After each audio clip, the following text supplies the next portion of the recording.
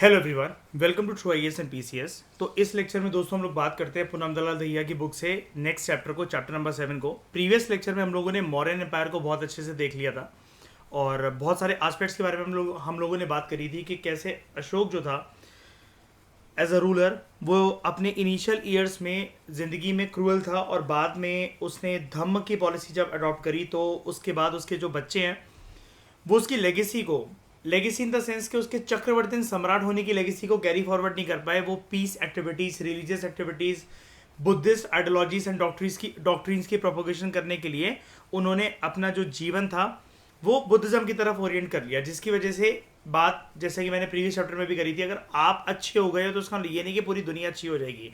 आपने युद्ध और टेरिटरीज पे कब्जा करना, रिसोर्सेज को जोड़ना अगर आपने बंद कर दिया तो इसका मतलब ये नहीं कि आपको देखते हुए बाकी सब भी मतलब ये सारी चीज़ों को त्याग दें और जिस पाथ पर आप हो तो वो आपकी वाली पाथ पर आ जाए। अल्टीमेटली अशोका की धम्म पॉलिसी ही हमने देखा कि मौर्यन एम्पायर के डिक्लाइन का कारण बनी।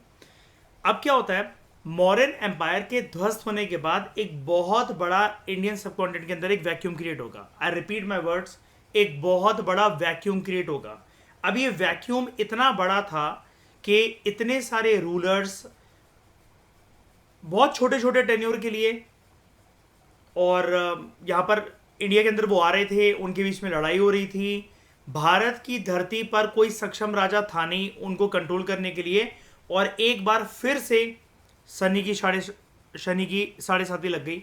North western frontier of Indian subcontinent पे बहुत ज़्यादा इन्वेजन्स हमें देखने को मिली नॉर्थ वेस्टर्न इंडिया से, और इतने दूर दराज के इलाकों से, ग्रीस से, इटली से, सेंट्रल एशिया से, पता नहीं कहां से कौन कौन से रूलर्स अपना छोटा मोटा साम्राज्य लेकर आकर एक सपना देखकर के भारत के ऊपर हमें कंट्रोल स्थापित करना है, क्योंकि अब उनको ये पता लग गया था कि मौर्यन वंश साम्राज्य जो है वो बचा नहीं है और कोई भी रूलर इतना पावरफुल तो नहीं है, इतना सक्षम तो नहीं है कि वो अशोक और चंद्रगुप्त मौर्य और बिंदुसार की तरह इतने सक्षम हो कि हमारी इन्वेजन को रोक सकें, या फिर अशोक की तरह कोई राजा भारत की धरती पर चक्रवर्ती सम्राट हो और हमारी इन्वेजन को चैलेंज कर सके।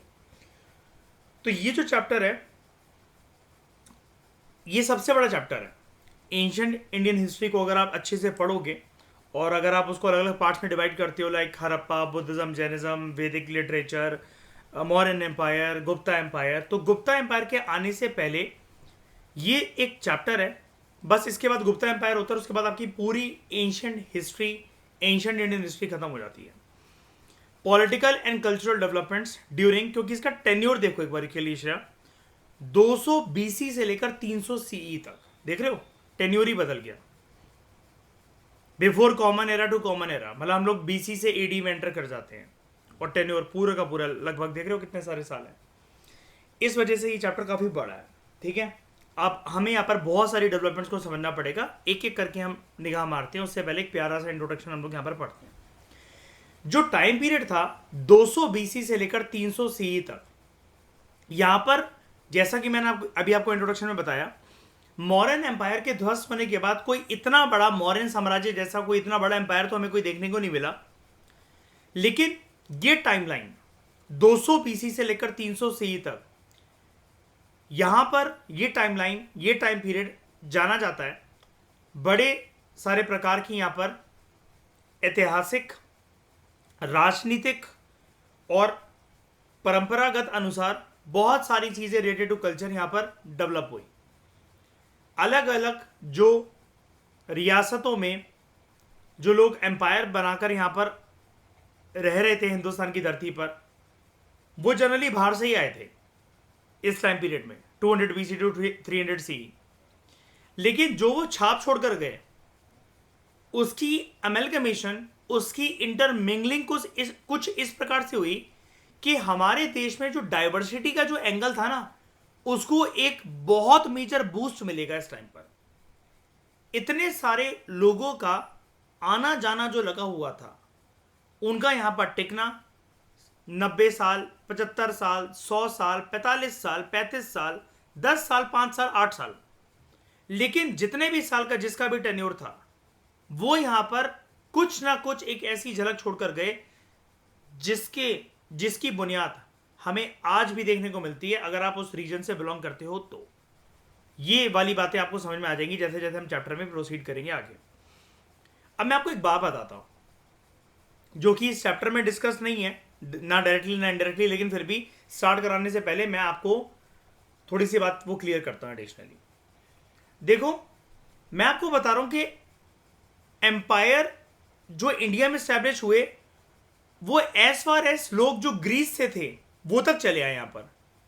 अब मुझे एक बात बताओ, लोगों को या रूलर्स को या जो भी लोग इन्वेट कर रहे थे, अभी तक तो किसी की हिम्मत थी नहीं भारत की धरती पर आने की। चलो ठीक है, मौर्यन वंश के बारे में, उसके डिक्लाइन के बारे में, धामा की पॉलिसी के बारे में पता लग भी गया, एक अपॉर्चुनिटी इनको मिल भी गई। लेकिन ये ग्रीस के राजा महाराजाओं को कैसे पता लग गया? इतनी दूर, कहां यूरोप है, कहां इंडिया है, उनको कैसे पता लग गया? ट्रैवलर के तौर पर आ रहे होते मौर्यन वंश में या किसी और जनपद महाजनपद में कोर्ट पोएट बनने आ रहे होते, किसी भी फ्रेंडली विजिट से आ रहे होते, व्यापार करने के मकसद से आ रहे होते, तो समझ में भी आता। बोरिया बिस्तर लेकर चले आए यहां पर कि हम एक पूरे का पूरा साम्राज्य का गठन करेंगे। कैसे खबर लग गई बताओ वहां तक? खबर कैसे पहुंच गई वहां तक? नहीं। मौर्यन एम्पायर में आपको कौन सा ट्रैवलर देखने को मिलता है बताओ, मेगास्थनीज के अलावा?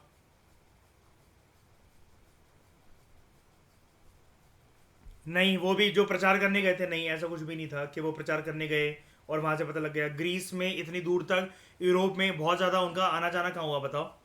पढ़ा है आपने ये वाली चीज के वो ग्रीस में और ये इधर तक इटली वगैरह तक जाते थे? बताओ। मेरिट मतलब?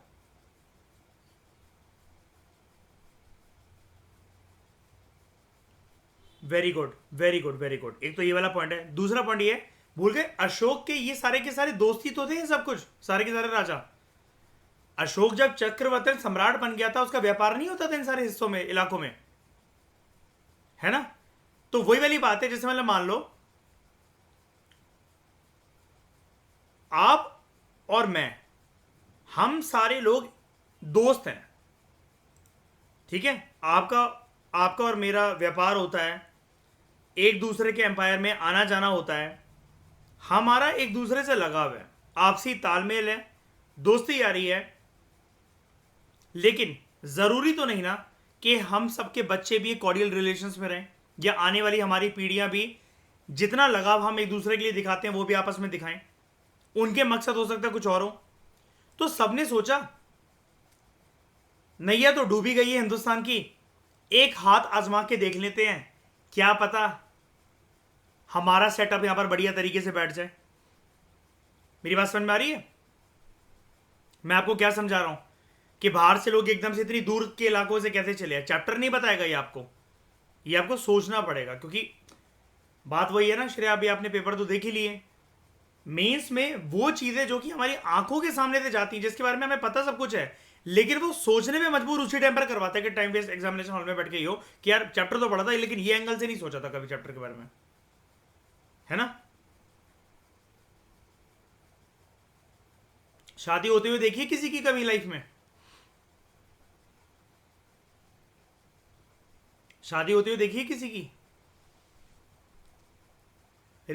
रिसेंटली कौन सी मैरिज सेरेमनी अटेंड करी थी कितने टाइम पहले?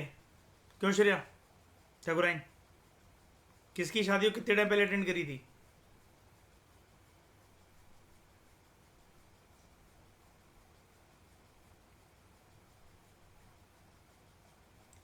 कजन की?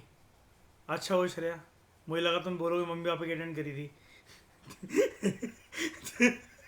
इतना सोच रही है, मैं कहा पीछे पीछे पीछे जाते जाते 1995 बोलेगी। ठीक है। कजन की अटेंड करी थी, कितने टाइम पहले अटेंड करी थी?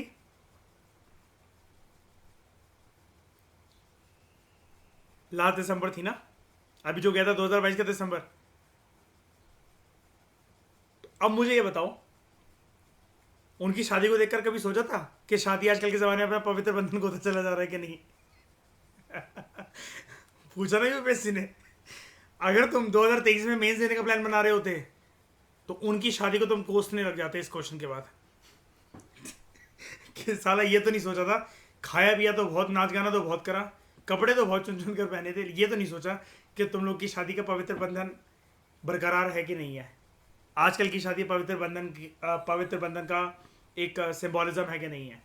तो जहां पर आपकी थिंकिंग खत्म होती है वहां पर यूपीएससी की थिंकिंग स्टार्ट होती है। उसको पता है, बिकॉज आपको कोई भी टॉपिक पूरे साल पढ़ना है, उनको कहां आपको ट्रैप करना है ये सोचने के लिए उनके पास 365 दिन है।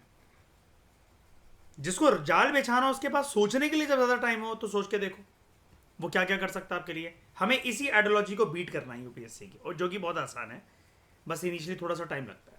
खैर छोड़ो, टाइम वेस्ट ना करते हो, हम आगे की बात करते हैं। ये जो टाइम पीरियड है, यहां पर क्या हुआ था, अभी तक देखो हम लोग कैसे बढ़ रहे थे, बताओ हड़प्पा के बाद हम लोग कैसे बढ़ रहे थे, समझने की कोशिश करो प्लीज। और इसका मैप बनाओ फटाफट से, मेरे साथ साथ इसका मैप बनाओ जल्दी से, सबसे इंपॉर्टेंट चीज।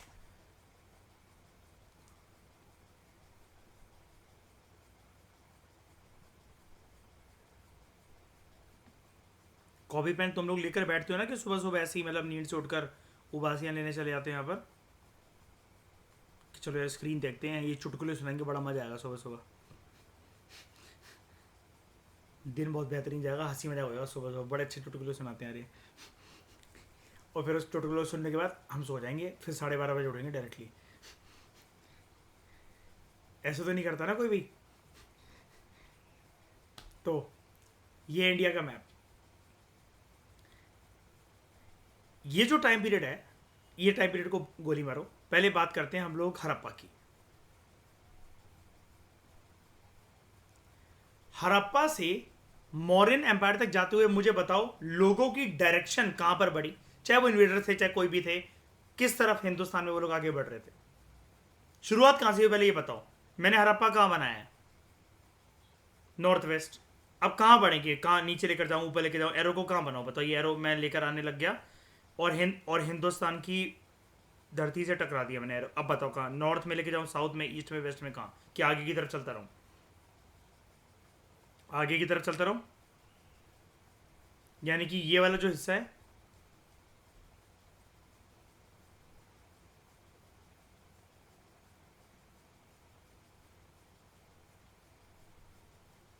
इंडो गैजेटिक प्लेन्स वाला हिस्सा इसमें, राइट। अब क्या हुआ, मगध यहां तक था, या एम को मगध समझ लो या मौर्यन एम्पायर समझ लो, यहां तक था। अब मौर्यन एम्पायर के ध्वस्त होने के बाद दोबारा से पॉलिटिकल फोकस फिर से चला गया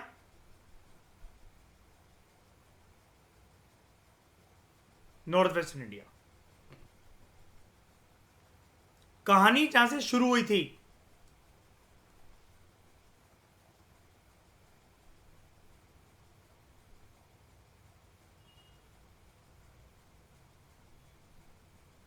वहीं आकर अटक गई।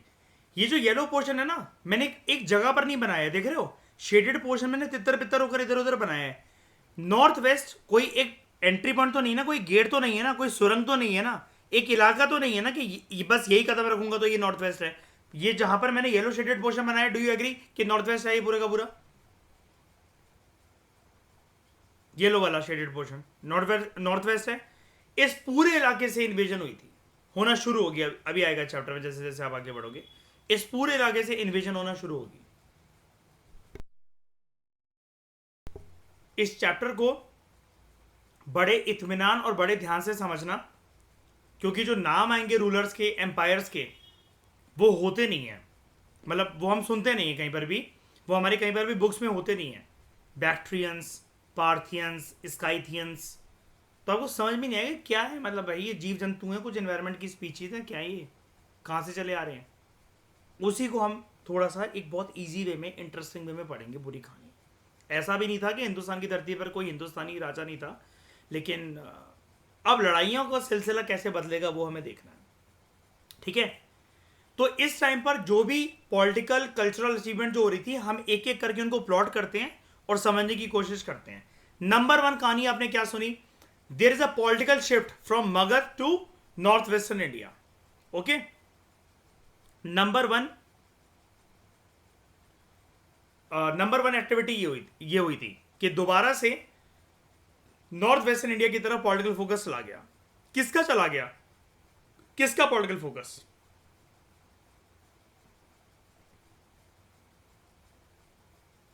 रूलर्स का. क्योंकि नॉर्थ वेस्टर्न फ्रंटियर से यहां से उनके कौन आ सकते हैं?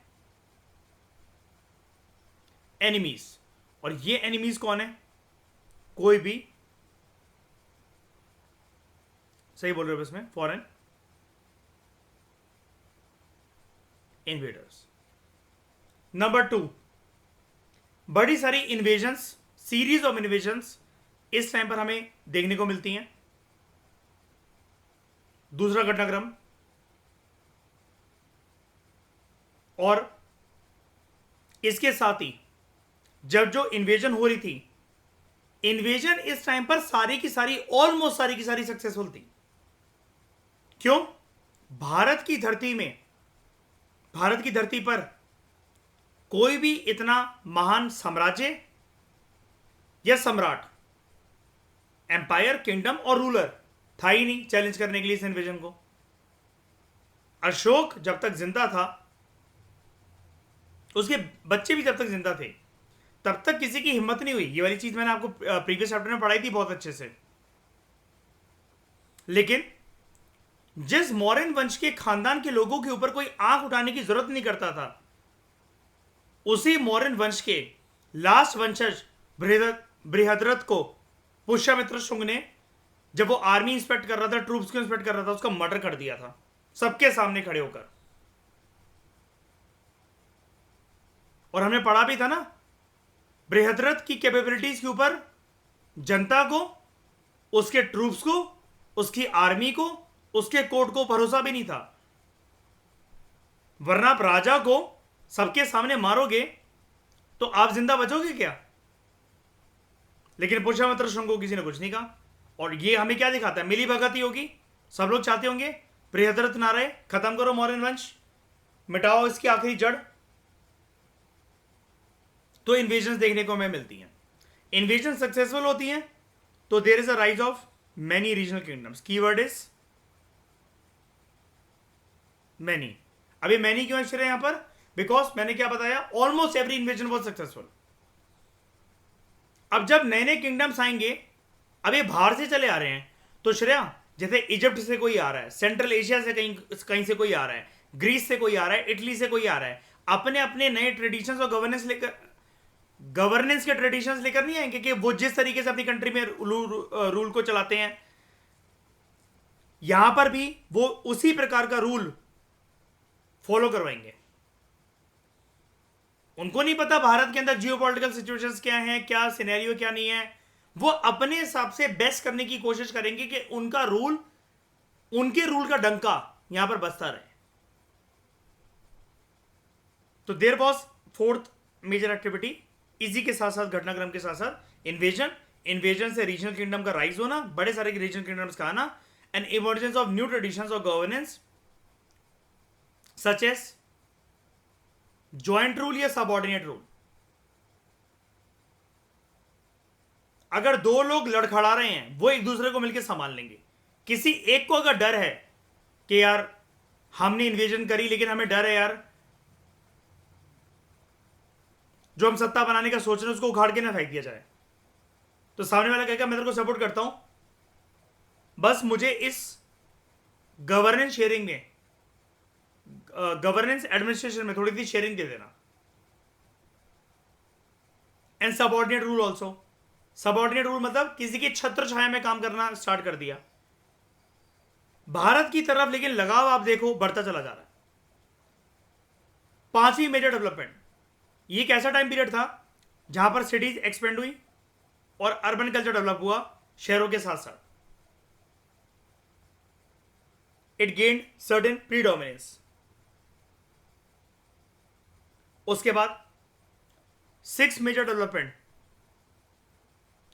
स्पेशलाइज्ड क्राफ्ट इंडस्ट्री और व्यापार और व्यापार कहां कहां से होगा, जैसे मौर्य वंश में व्यापार दुनिया में बहुत अलग अलग इलाकों से होता था। ये ट्रेड नेटवर्क्स जो हिंदुस्तान को दूसरी कंट्री से जोड़ेंगे, ये अब और भी ज्यादा फैल गए थे। It appeared like a spider web, जो कि फैलता चला जा रहा था। और ये चीज यहां पर लिखी हुई है, देखो, it was a marked expansion. Marked का मतलब होता है clearly noticeable. Seventh major development, अब यहां पर पैसे और सिक्कों की खनक बहुत गूंजेगी। करेंसी बहुत ज्यादा बड़े स्केल पर यूज होना शुरू हुई। फिर चाहे वो सैलरी देने के लिए हो, व्यापार करने के लिए हो, किसी भी चीज के लिए हो। बाहर से जितने भी इन्वेटर्स आ रहे थे और जो अपना रीजनल किंगडम या एम्पायर यहां पर बनाने की कोशिश कर रहे थे, उन सब में कॉमन बात यह थी कि they were immense promoters of currency, money, coins. अभी तक आपने क्या देखा था, ऐसा नहीं कि करेंसी यूज नहीं होती थी। मौर्यन एम्पायर के टाइम पर आपने देखा कौन से कॉइन्स, जल्दी बताओ, विच कॉइन्स? नहीं, नाम बताओ ना उनका स्पेशल कॉइन्स का। थप्पड़ लगाओ अपने जोर की, थप्पड़ लगाओ अपने जोर की सब लोग। Punch marked coins. हाँ तो मत लगाओ, कोई बात नहीं, बाकियों को लगाने दो। पंच मार्क्ड कॉइन्स, ठीक है, दिखाया भी था प्रीवियस चैप्टर के अंदर मैंने। अब लेकिन देखो, सिक्कों का सिलसिला, करेंसी का सिलसिला चल रहा था, वो अपने मॉडर्न वंश के अंदर भी देख लिया। लेकिन यहां पर अब सिक्के, करेंसी, मनी अलग अलग फॉर्म के अंदर बहुत इमेंस तरीके से, इंटेंस तरीके से यूज होना स्टार्ट होगा। क्यों? प्रीवियस पॉइंट पर आओ, 6 मेजर एक्टिविटी पर।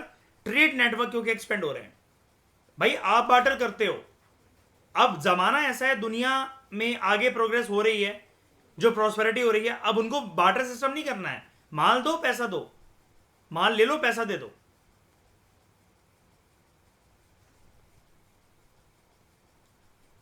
एट्थ मेजर डेवलपमेंट, जब इतने सारे अलग अलग कंट्री के लोग इन्वेट करते हुए इंडिया के अंदर आ रहे थे, जैसा कि मैंने आपको बोला, 100 साल, 90 साल, 80 साल, 75 साल, 35 साल, 5 साल, 8 साल, 3 साल, जो भी जितने टाइम पीरियड के लिए यहां पर किंगडम अपना बना रहा था, ऑब्वियस ही बात है वो अपना कल्चर लेकर आ रहा था और भारत के कल्चर पर एक छाप छोड़ रहा था। उनका कल्चर, उनकी परंपरा, उनकी ट्रेडिशंस, उनकी लैंग्वेज, उनके ड्रेसिंग सेंस, उनका फूड, उनका रिलीजन, ये सब कुछ भारत के food, religion, culture, traditions etcetera में मिक्स हो गया। तो हमारे यहां जो डाइवर्सिटी की जो अमेलगमेशन होती थी, अब उसके अंदर और भी ज्यादा फ्लेवर्स आ गए, और भी ज्यादा फ्लेवर्स आ गए। तो it was a period defined by intermingling, amalgamation and influence of new cultures. Ninth major development,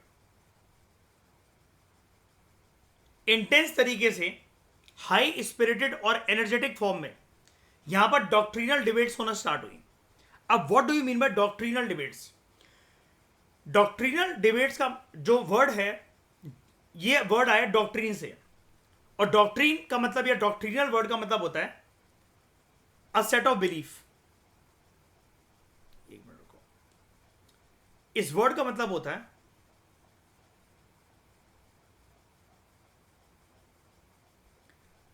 belief और सेट ऑफ बिलीफ्स।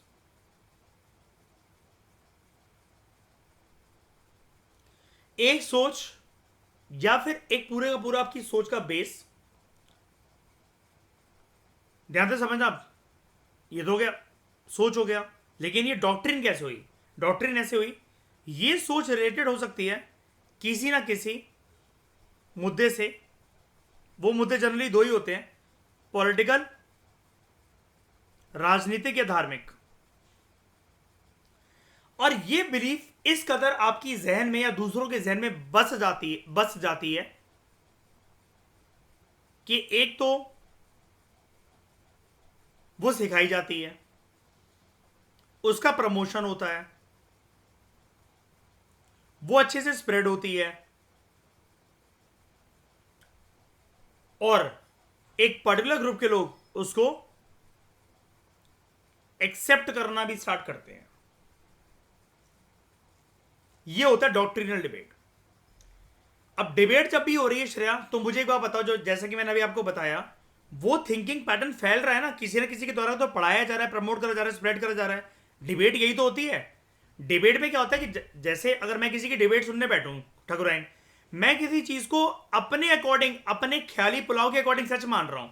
हो सकता है आपका एक ओपिनियन जिंदगी भर के लिए मेरे थिंकिंग पैटर्न को चेंज करके रख दे, जो कि मुझे लगता था कि नहीं, मैं पृथ्वी इधर की उधर हो जाए, मैं तो नहीं बदलूंगा अपने इस ओपिनियन से। लेकिन आपके समझाने का तरीका, आपके एक्सप्रेस करने का तरीका इतना ज्यादा अट्रैक्टिव हो कि मैं अपनी खुद की पोजीशन, जो मैंने सोच रखा दिमाग के अंदर, उससे मैं यूटर्न मार गया हूं पूरा का पूरा। तो यहां पर अलग अलग राजनीतिक और धार्मिक मुद्दों के बीच में चर्चा होना शुरू हुई, और वो चर्चा इस प्रकार से हुई कि वो लोगों के जहन में एक, उनके रोजमर्रा के जीवन में एक बेसिक सेट ऑफ बिलीफ बन गया, वो डॉक्ट्रिन बन गया, वो प्रिंसिपल बन गया, जिसको लोग एक्सेप्ट करने लगे। अब इसी से रिलेटेड 10वीं मेजर डेवलपमेंट ये थी। अगर बात डॉक्ट्रिनल डिबेट की है, तो सबसे प्रोमिनेंट यहां पर जो डॉक्ट्रिनल डिबेट जो फैलना स्टार्ट हुई, वो थी राइज इन डिवोशनल वर्शिप। और इस टाइम पर अब जो लोग थे हिंदुस्तान में, बाहर के इन्वेडर्स की वजह से जो उन्होंने एक चीज यहां पर कल्चर में फैलाई, वो था इमेजेस की वर्शिप करना, आइडल वर्शिप करना, मूर्ति पूजन करना, फोटो की पूजा करना। और अब रिलीजियस एक्टिविटी पूरे के पूरे एक इंस्टीट्यूशन बन चुकी थी। रिलीजियस एक्टिविटीज का इंस्टीट्यूशनलाइजेशन हो चुका था। अब ये इंस्टीट्यूशनलाइजेशन का मतलब क्या होता है? अब रिलीजियस एक्टिविटी, धार्मिक प्रचार करना, अपने धर्म को प्रमोट करना, या कुछ भी ऐसा करना, इंस्टीट्यूशनलाइजेशन का मतलब ये होता है something which is established as a form of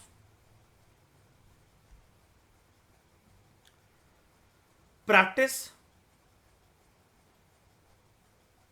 या कस्टम या नॉर्म या कन्वेंशन। अब यानी कि धार्मिक एक्टिविटीज को, धर्म को बहुत सीरियस तरीके से लिया जाएगा, जिसके कुछ रूल्स, रेगुलेशंस, गाइडलाइंस होंगी कम्युनिटी मेंबर्स के लिए, जो कि उन धर्म का पालन करना चाह रहे हैं, उस धर्म के फोल्ड के अंदर आना चाह रहे हैं। अब नॉर्म बेसिकली होता क्या है?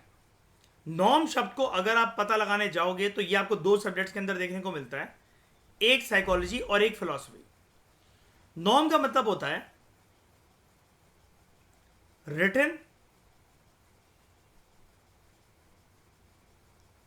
और unwritten rules which every member of a society is expected to follow। ये रूल्स हो सकता है लिखे भी गए हो, लेकिन नॉर्म्स में 99% केसेस में, 90% केसेस में, 80 to 90% केसेस में नॉर्म्स आर जनरली अनरिटन। मंदिरों के बाहर कभी भी लिखा नहीं होता है कि कृपया जूते चप्पल उतारकर आप शिवलिंग को छुएं, जूते चप्पल उतारकर आप मूर्ति के पास जाएं, जूते चप्पल उतारकर आप अंदर प्रस्थान करें। ये एक नॉर्म है, अंडरस्टूड सी बात है।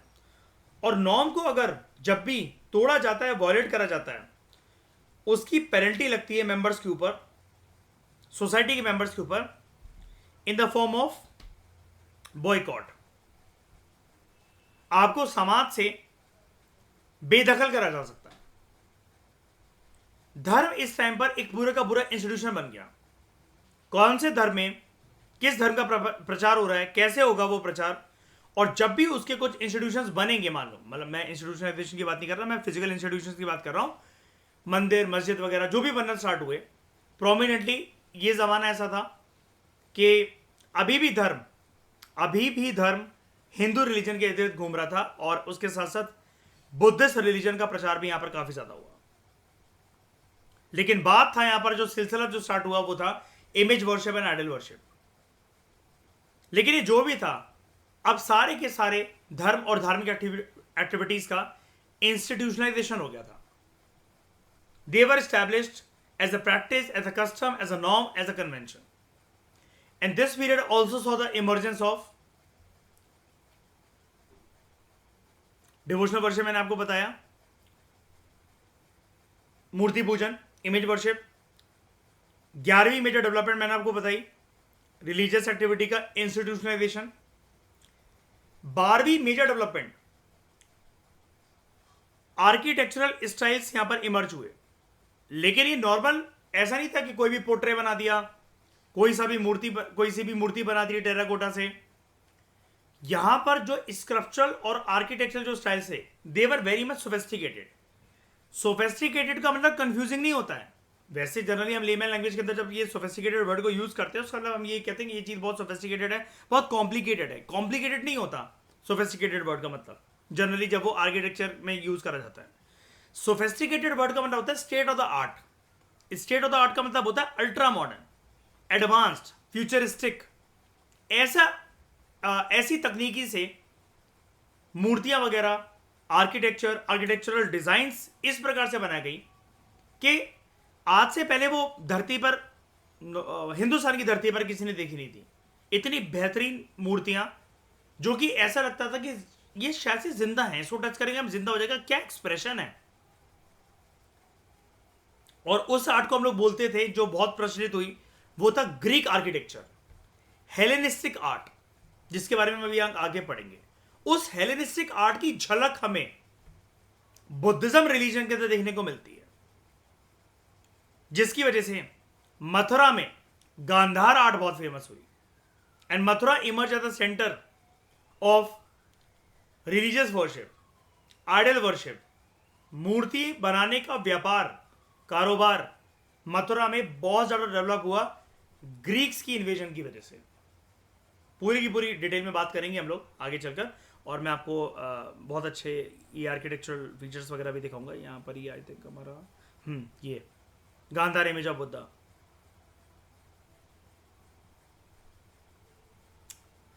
ठीक है, उसके बाद ये 12 मेजर डेवलपमेंट हुई थी। ठीक है, तो कुल मिलाकर हम ये कह सकते हैं इन डेवलपमेंट्स को देखते हुए, द पीरियड इन शॉर्ट, इस टाइम पीरियड ने 200 बीसी से लेकर 300 सीई तक, यानी कि पूरे का पूरा जो सिलसिला था बीसी से लेकर एडी तक। एडी और बीसी हम वैसे यूज नहीं करते हैं, आपको बता चुका हूं। Before common era and common era word use करा करो। It contributed to the rich and the versatile heritage of the subcontinent as we know it today. Versatile का यहां पर यह मतलब है कि जैसा कि मैंने आपको बोला, डाइवर्सिटी ऑलरेडी हमारे देश के अंदर थी। वर्सटाइल का मतलब होता है कोई भी चीज जो फ्लेक्सिबल हो, एडेप्टेबल हो, और जिसके मल्टीपल एस्पेक्ट हो, इट इज मल्टीफेसेटेड। वो जो डाइवर्सिटी हमारे देश में एग्जिस्ट कर रही थी ऑलरेडी, उसके अंदर अब और ज्यादा फ्लेवर जो थे वो मिक्स हो गए थे। बात यहां पर क्योंकि सिर्फ एक इन्वेजन की नहीं है, सिर्फ ग्रीक इन्वेजन की नहीं है, सिर्फ सेंट्रल एशियन इन्वेजन की नहीं है, अलग अलग रीजन से, अलग अलग कंट्रीज से बहुत सारे इन्वेजन हो रही थी। जो इन्वेडर्स थे यहां पर अपना किंगडम बनाकर कुछ ज्यादा समय के लिए रह रहे थे, कुछ कम समय के लिए रह रहे थे, लेकिन जब वो हिंदुस्तान की धरती पर आए तो यहां पर ऑलरेडी जो डाइवर्सिटी चलती थी, उस डाइवर्सिटी में ऑलरेडी चलती हुई डाइवर्सिटी में वो अपनी एडिशनल डाइवर्सिटी का फ्लेवर जो है वो पुट कर गए। इसलिए हम यहां पर एक पॉइंट डिस्कस भी कर रहे थे ऊपर कि दिस वाज द पीरियड जहां पर कल्चर्स की अमेल्गमेशन और इंटरमिक्सिंग हुई। इन्फ्लुएंस हमें देखने को मिला नए नए कल्चर्स का, और वो इन्फ्लुएंस जैसा कि आप ये नीचे देख पा रहे हो, आर्किटेक्चर स्टाइल्स और स्क्रप्चरल स्टाइल्स में देखने को मिला, which were very sophisticated, magnificent styles, जो आज से पहले किसी ने नहीं देखे थे हिंदुस्तान की धरती पर। तो ये 12 मेजर डेवलपमेंट्स को आप लोग याद रखना। कोई दिक्कत? जल्दी बताओ।